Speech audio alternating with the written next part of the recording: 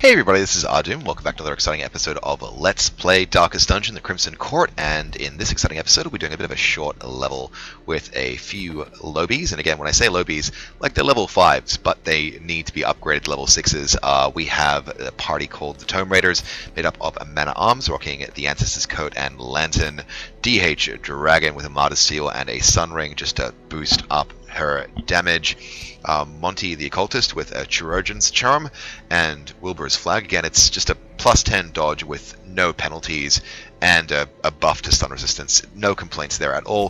Finally, we have Dwy the Antiquarian with a Martyr's Seal and a Camouflage Cloak just to keep her nimble and hard to hit.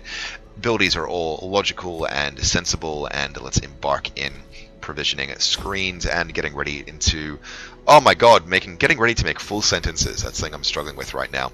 Gold situation is a little bit worse than it was last time. I did spend 50k in upgrades and tweaks and quirk removal and so on. No one is rocking the curse right now, so it's not something we need to worry about at all. Bring along 3 shovels, 3 skeleton keys, 3 medicinal herbs, and 3 bandages. That's all we're going to really need for a Warren's based run, stack of torches, and 4 stack of food. And I'm not too worried about anything else. It feels like I'm a bit light, but no, it's fine. Just no dog treats. That's why my inventory looks hinky. Embarking in, let's get into the loading screen. As always, while things are loading up, I want to thank you guys for stopping by. I have a lot of fun making these. It's great to have someone share these videos with me. If you see something that I'm doing that I could be doing better, feel free to let me know in the comments below. And if you're having fun watching these, don't forget to hit that like button for me as well, just to let YouTube know that these are good videos and that more people can see them. Getting really close to 10,000 views, which is kind of a big milestone if you're a new YouTuber these days, because until you get 10,000 views, the algorithm does not let you rank very much in search, because YouTube doesn't make any money off of you. In any case, if you want to learn more about Darkest Dungeon or about digital marketing and video or organics SEO, let me know. It is literally what I do for a living. Not that I make money from Darkest Dungeon, that's a silly thing. No one makes money from Darkest Dungeon aside from Red Hook, and they do it out of love and passion. In the meantime, it's a fairly standard short dungeon. You have to explore 90% of rooms, so our pathing's going to be pretty clear. We'll go down this way, that way, and well, we'll make up my mind. But the first thing is to explore every side fork. Again, just a stack of books, nothing that's too valuable there for us. I have over-provisioned. I provisioned for a medium map rather than a short map. That's been a waste of money, but again, money isn't really that much of a problem for me right now, so I'm not too concerned about having a bit of waste. Don't know why I over-provisioned. Happens sometimes. Just get locked in a habit of buying the same things every time, because normally I do mediums every time. In the meantime, I'm going to see what we have in this dinner cart. It's going to be more food than I can probably handle, and a bit of gold as well. Not too shabby there. With a battle coming up, we should be in Radiant just. Yes, it's 2 maggots and an insatiable ghoul. We have surprise thanks to the Ancestor's Lantern, and it's time for us to do some early damage in. Not much point us dropping this in place. That mark, sacrificial stab. Done. Beautiful critical hit there, shuffling people forward, and that's 1 less maggot for us to have to worry about. Again, it is prudent for us to look at denying them actions. Oh my golly gosh, his stun resistance is too high for me to reasonably do anything to him, but what I can do is bolster and make my guys next to unhittable. That's at all possible. Let's also try and debuff his accuracy. If that takes, it's going to be massive. Yes, it does, and we are just fine. Ren goes down. It's dodged, because of course it is. We are just too pretty to take hits from anybody. Alright, let's drop a pick to the face if we can. 15% chance to crit, not too shabby, and 12 damage is done. Let's keep those debuffs rolling as well, just to make sure that he can't hit the side of a barn. And sacrificial stab, dodge is missed. It misses sometimes. Not going to worry about continuing to buff our speed and dodge, because it's redundant with the debuffs coming through from the Antiquarian. Skulltoss goes down, and unfortunately hits. That's 13 damage taken and quite a bit of stress. Surprised, actually, given how much I've debuffed his accuracy, but there you go. There's a world of surprises in store for everyone. 32 HP left in the mix. We will drop a Weird Reconstruction on the Antiquarian just to keep her looking lickety-split. No bleeds are taken as well, which is just fine by me. Hal goes down, and 3 dodges and 1 strike with Horror. It's going to torch up just quickly and get things going. Might activate a Retribution. Again, getting a riposte active is absolutely fantastic, especially with him marked. It means that the boss will, or the guy will focus down on him rather than everyone else. 17 HP left to go, and let's again just get some more damage. His protection is very high though.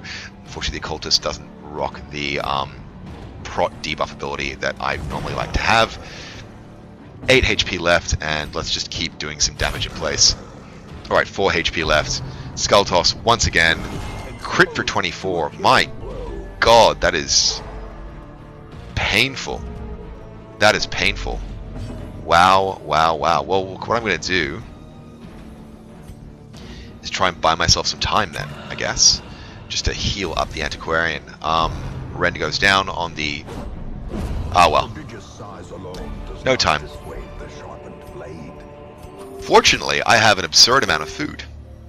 Like a really absurd amount of food. Oh well, let's check out this room here. It's an empty, and that's just fine. Check out this corridor, and we'll probably do the full loop around because I'm not too worried about hunger checks. We are so oversupplied in food, it is absurd. A blazing star is born. Even more so now. Okie dokie, and let's press on. Hopefully I can feed up my Antiquarian incrementally. Another empty room, nothing to worry about, and she will not have... She's so full. If I feed her any more, she's going to be American. Dodge the trap, and that's just fine. Actually, I shouldn't make cracks about different countries and stereotypes. I've already gotten in trouble for making a crack about one country, so I'll stop doing that now. Oh, and here's a trap and a curio. Let's see what it is. First of all, let's take care of that trap. Terrible chance to disarm on the Antiquarian, but a good chance on the plague, which we'll take. Not going to need any more food. That's just ridiculous at this stage. Let's just ignore that and press on. Loop the loop back around the way that we just came before. These guys are seeing stars because we are walking in circles. Which the stress levels in the Antiquarian are relatively high, which I'm not inordinately thrilled about, but that's just fine. Let's try once again to feed her up, and the answer is no, I couldn't take another bite. Leave me alone, you fatty feeder. Alright, pressing on, we have no scouting information, unfortunately. It's a trap, and it does take, unfortunately. There is going to be a bleed on us, but again, problem solved. Another food cart. Not gonna do anything with that for the moment. Empty room, probably. Yep, but this time at least we have some scouting available to us. Corridor battle and an empty. That's just fine. Let's keep pressing on. Torch up before we get to the battle. Okay, Skiver, Slayer, Flesh Eater, and we have the element of surprise, but we are rocking some pretty gnarly damage on the Antiquarian. Fortunately, we can heal that in one. That's just fine. Chance for stun, don't want it. Let's just bolster up, and actually we might just progressively keep bolstering up as much as we're able to.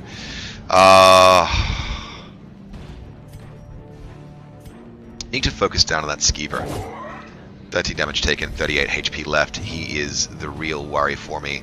Sacrificial Nervous Stab isn't going to do us any good. Flash Powder will though, hopefully make him miss a few shots.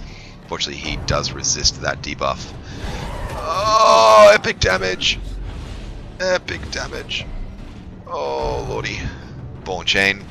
Great dodge. That's fortunate. And we can pray. That's fine. Happy to take that damage. No problem there. Gonna need to drop some pretty substantial... Oh, 13 damage on the... Oh, things are not being easy on me. Alright, let's keep bolstering to try and counteract the debuffs that we've taken. Again, our damage has been debuffed pretty epically. 21, 26, 23. Let's heal up the... Oh my god, that was a insane overkill of a heal. Well, let's throw in dagger. What's the best chance? Maximum 17. Let's throw in dagger. Throw in dagger. 11 damage, 27 HP left.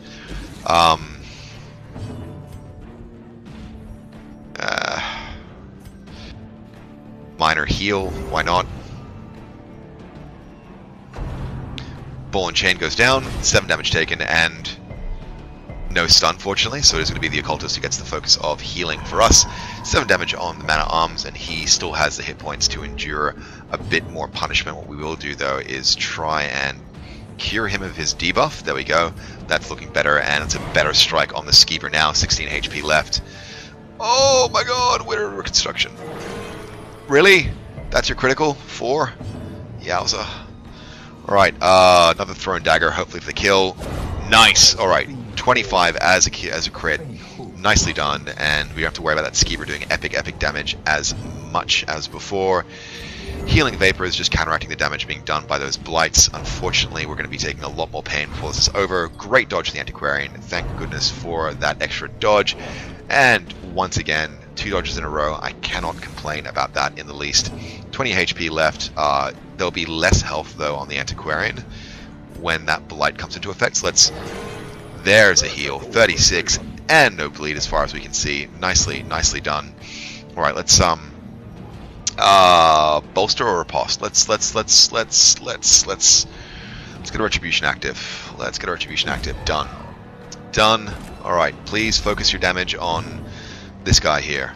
All right, increased damage against marked. Chain attack does more damage. It's just a better spread, and that bleed debuff isn't going to be necessarily very significant at all.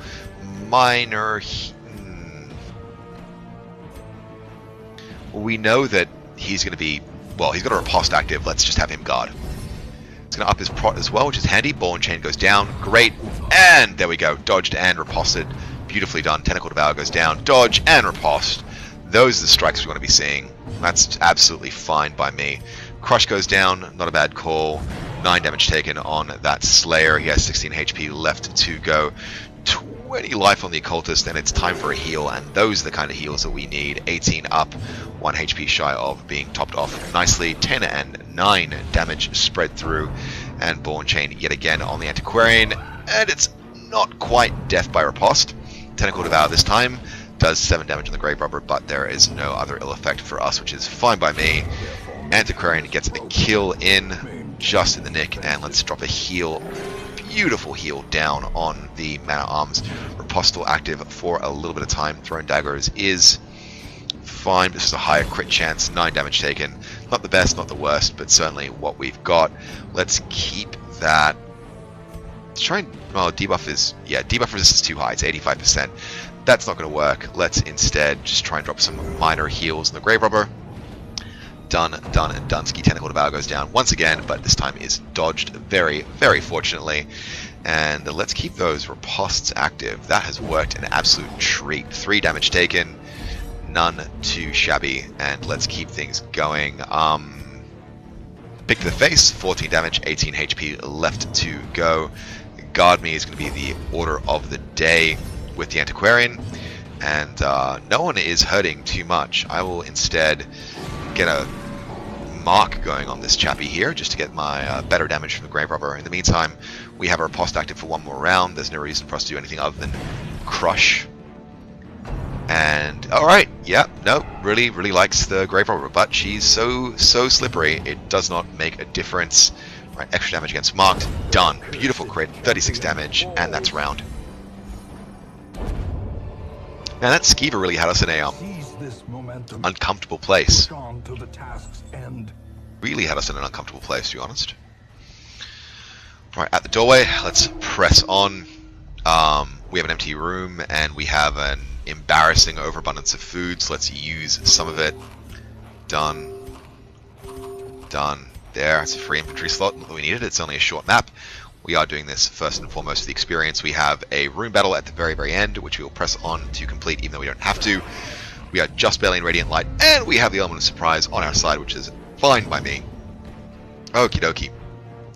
Big to the face, 18 damage. We just need to do 7 damage more to avoid any additional stress from this unpleasantness.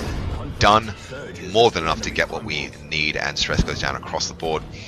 Crush will not kill, it will not even hit, unfortunately, but that is life from time to time. Let's drop a Protect Me on the Man-at-Arms.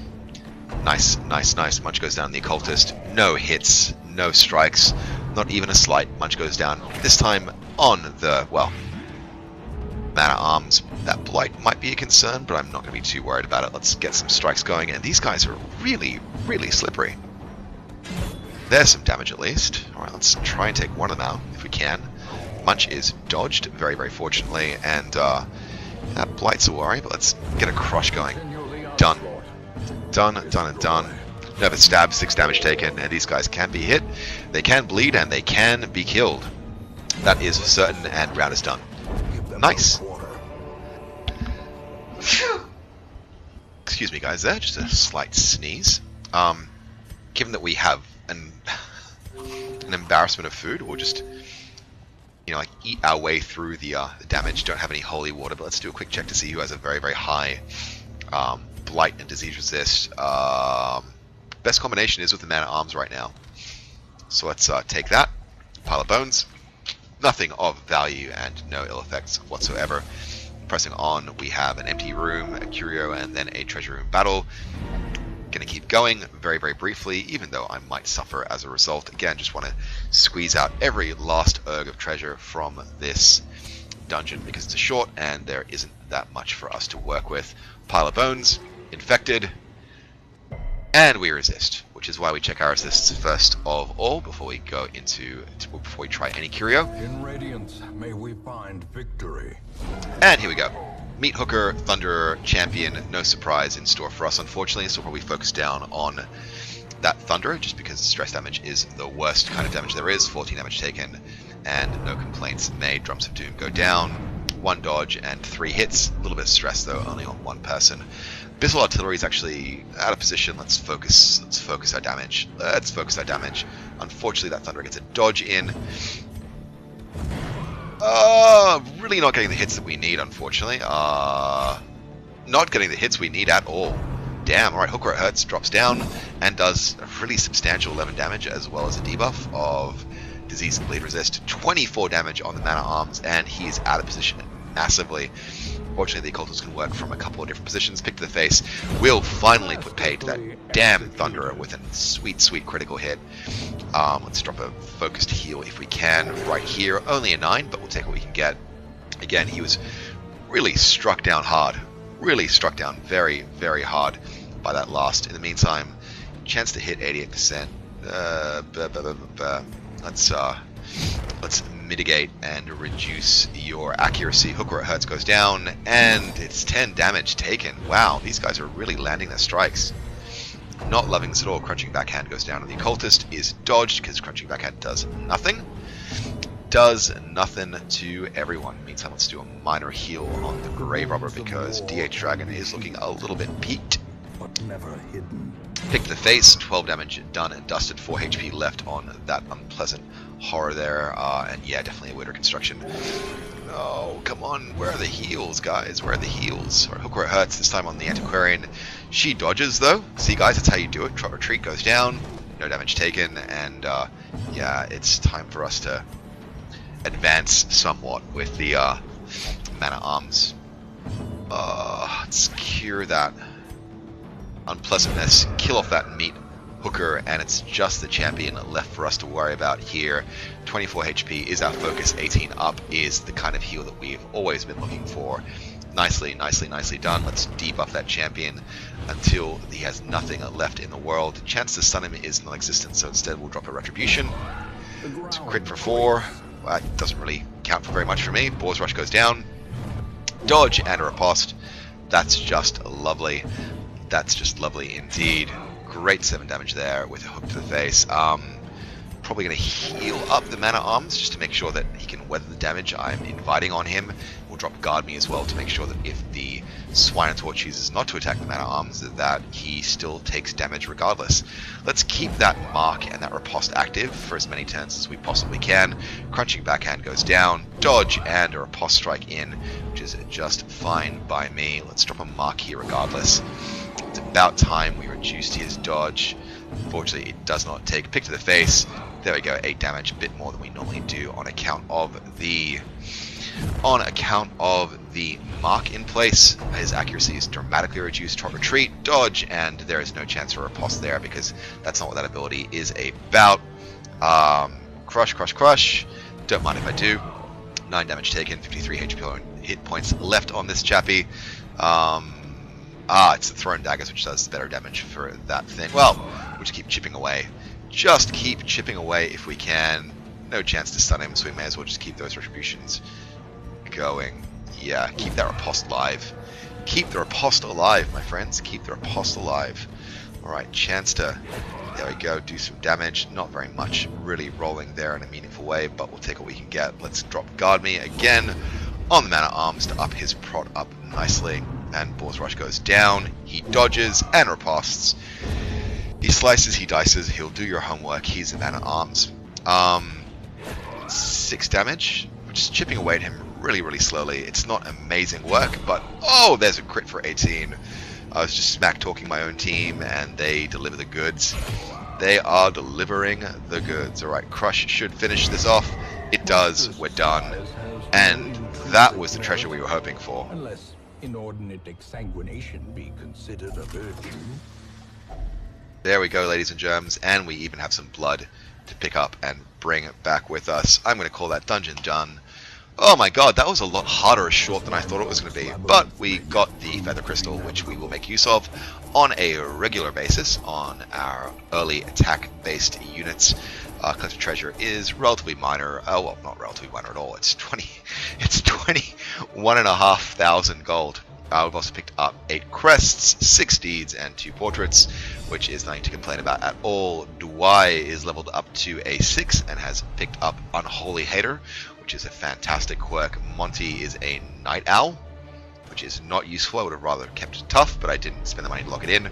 Ruminator and Hard Skinned, not too shabby there at all. And DH Dragon is so close to popping to 6, it's redonkulous.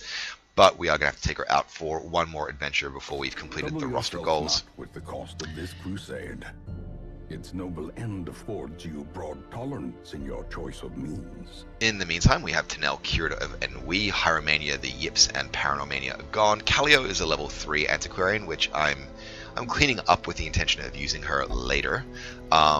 And yeah, everything is looking pretty fine. Just one person, the curse, for the moment. Might take a few moments to consider who was that got the upgrade. It was not DH Dragon, it was Dwai. Okay, Dwai isn't rocking too much stress. No, that's completely fine. Okay, so who are we going to take out? What are we going to do next? What are we going to do next? What are we going to do next? We have a Necromancer Lord that we can take out. We have a party of Sixers we can use. Again, I quite like the Houndies, actually. I quite like the Houndies and the Necromancer Lord. I might just check what the bleed resist is in the Necromancer Lord, because if it's ridiculously massive, I won't bring him along. That said, he normally sits in position 4, which means my best bet is going to be a party like, Sarah, 2 Houndies, and a Cultist. That's a pretty good party mix. I just need to make sure that I'm taking along a mark rather than anything else. I think that's the party I'm going to bring, but I might just do some double checking to see whether it bleeds or blights are the best course of action against Necromancer Lord. But yeah, I quite like this party mix. Lots of Houndies are freaking awesome. Doggos are the way to kill, but in the meantime, it's time for us to call this episode to a close. My name is Ardum. Thank you so much for stopping by. If you're new to the channel, feel free to hit that subscribe button for me. Check out the playlist I'm going to throw up on the screen as well. Drop me a like, drop me a comment, and if you're a returning sub, hey, welcome back, guys. Thank you again for stopping by, and I'll catch you all next time.